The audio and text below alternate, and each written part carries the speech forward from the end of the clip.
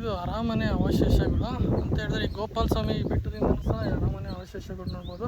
ಅಲ್ಲೇನಂತ ಹೇಳಿದ್ರೆ ಒಂದು ಕೋಟೆಯ ಒಂದು ರಾಜ್ಯಭಾರ ಮಾಡ್ತಿದ್ದಂಥ ಮದಕರಿ ರಾಜ್ಯ ಆಡಳಿತಗಾರರು ಈ ಒಂದು ಪ್ರದೇಶದಲ್ಲಿ ವಾಸವಾಗಿದ್ದರು. ಇದು ಸಂಪಿಗೆ ಸಿದ್ದೇಶ್ವರ ದೇವಸ್ಥಾನದ ಪಕ್ಕದಲ್ಲಿಂದ ಬರೋಕ್ಕೆ ಜಾಗ ಇದೆ. ಇಲ್ಲಿಂದ ನಾವು ನೋಡ್ಬೋದಾಗಿರ್ತವೆ ಅರಮನೆ ಅವಶೇಷ ಯಾವ ಥರ ಇತ್ತು ಇದು ಗೋಪಾಲ ಸ್ವಾಮಿ ಹೊಂಡ ಅಂತೇಳಿ. ಹಾಗೂ ಮೇಲ್ಗಡೆ ಎಲ್ಲ ನೋಡ್ಬೋದಾಗಿದೆ ಬತ್ತೇರಿಗಳು ಏನು ಮಾಡಿದ್ರು ಅಂತೇಳಿ. ಇದು ಗೋಪಾಲ ಸ್ವಾಮಿ ದೇವಸ್ಥಾನ.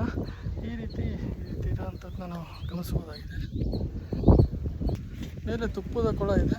ಅಲ್ಲಿ ಏನಂತಂದರೆ ಒಂದು ತುಪ್ಪದ ಹೊಂಡ ಇರೋಂಥದ್ದು ಸಹ ಇದೆ. ಅದರಿಂದ ಸಂಪಿಗೆ ಸಿದ್ದೇಶ್ವರ ದೇವಸ್ಥಾನದಿಂದ ಹತ್ತಿ ಈ ಕಡೆಯಿಂದ ಗೋಪಾಲ ಸ್ವಾಮಿ ಹೊಂಡಕ್ಕೆ ಇಲ್ಲಿ ಅಂತ ಮಾರ್ಗ ಮಾಡಿದ್ದಾರೆ, ಕುದುರೆ ಹೆಜ್ಜೆ ಅಂತೇಳಿ ಮಾರ್ಗ ಮಾಡಿದ್ದಾರೆ. ಈ ಥರ ಸಣ್ಣ ಪುಟ್ಟ ಸಾಕಷ್ಟು ದಿಂಡಿ ಬಾಗಿಲು ಸಹ ಇದೆ. ಆಂಜನೇಯ ಸ್ವಾಮಿ ಅಲ್ಲಲ್ಲಿ ಏನಂತಿದ್ರೆ ಈ ಒಂದು ಆಂಜನೇಯ ಸ್ವಾಮಿ ಮೂರ್ತಿಯನ್ನು ಕೆತ್ತಲಾಗಿದೆ. ಇದು ಚಿತ್ರದುರ್ಗ ಕೋಟೆಯ ಒಂದು ಲಾಂಛನ ಆಗಿತ್ತು. ಇದು ದಿಂಡಿ ಬಾಗಿಲುಗಳು ಸಾಕಷ್ಟು 18 ದಿಂಡಿ ಬಾಗಿಲುಗಳಿದೆ ಅಂತ ಸಹ ಹೇಳ್ತಾ ಇರ್ತಾರೆ. ಆಂಜನೇಯ ದೇವಸ್ಥಾನ ಮತ್ತು ಕಾಶಿ ವಿಶ್ವ ಅಂತ ದೇವಸ್ಥಾನ ಅಕ್ಕತಂಗಿ ಹೊಂಡದಲ್ಲಿ ಪಕ್ಕದಲ್ಲಿರೋಂಥ ದೇವಸ್ಥಾನಗಳು.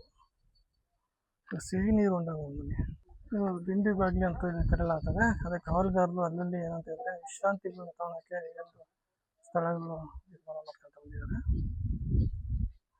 ಇದಕ್ಕೆ ಮಾಡಿರುವಂಥ ಒಂದು ಸ್ಥಳ, ಈ ವಿಶ್ರಾಂತಿ ಸ್ಥಳ ಇದ್ದಿದ್ದನ್ನು ನಾವು ನೋಡ್ಬೋದಾಗಿದೆ. ಆಂಜನೇಯ ಸ್ವಾಮಿ ದೇವಸ್ಥಾನ ಇದು ಒನಕೆ ಓಬವ್ವ ಇರ್ತಾ ಇದ್ದಂಥ ಒಂದು ಸ್ಥಳ ಅಂತ ಹೇಳಲಾಗ್ತದೆ. ಹಾಗೂ ಎದುರುಗಡೆ ಏನಂತಂದ್ರೆ ಒನಕೆ ಓಬವ್ವನ ಕಿಂಡಿ ಅಂತೇಳಿ, ಅಂದರೆ ಹೈದರಾಲಿ ಸೇನೆ ಸಾಕಷ್ಟು ವರ್ಷಗಳ ಪ್ರಯತ್ನದಿಂದ ಈ ಒಂದು ಕೋಟೆ ವಶಪಡಿಸ್ಕೊಳ್ಳೋ ಪ್ರಯತ್ನ ಪಡ್ತಾ ಇರುತ್ತೆ. ಆದರೆ ಏನು ಅಂತ ಹೇಳಿದ್ರೆ ಅದು ಸಾಧ್ಯವಾಗೋದಿಲ್ಲ.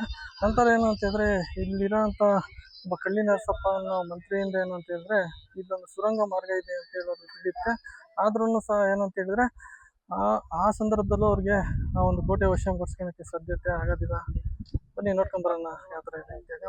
ಇದು ಒನಕೆ ಓಬವ್ವ ಕಿಂಡಿ ಅಂತೇಳಿ ಬನ್ನಿ ನೋಡ್ಕೊಂಬರೋಣ.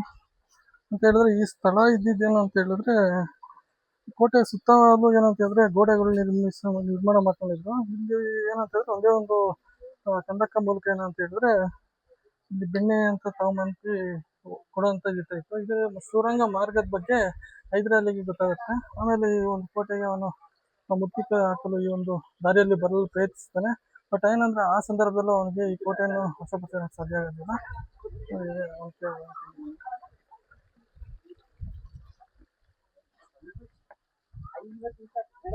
ಒಂದು ಸ್ಥಳವನ್ನು ತಣ್ಣೀರು ಹೊಂಡ ಅಂತೇಳಿ ಕರೀತಾರೆ. ಏನಂತಂದರೆ ನೀರೆಲ್ಲ ಹರ್ಕೊಂಡು ಬಂದು ಪ್ಯೂರಿಫಿಕೇಷನ್ ಆಗಿ ಏನಂತಂದರೆ ಕುಡಿಯೋಕ್ಕೆ ಸೂಕ್ತವಾಗಿರೋಂಥ ನೀರಾಗಿರುತ್ತೆ. ಅದಕ್ಕೆ ಇದನ್ನು ತಣ್ಣೀರು ಹೊಂಡ ಅಂತೇಳಿ ಕರೀತಾರೆ ಹೇಳ್ತಾ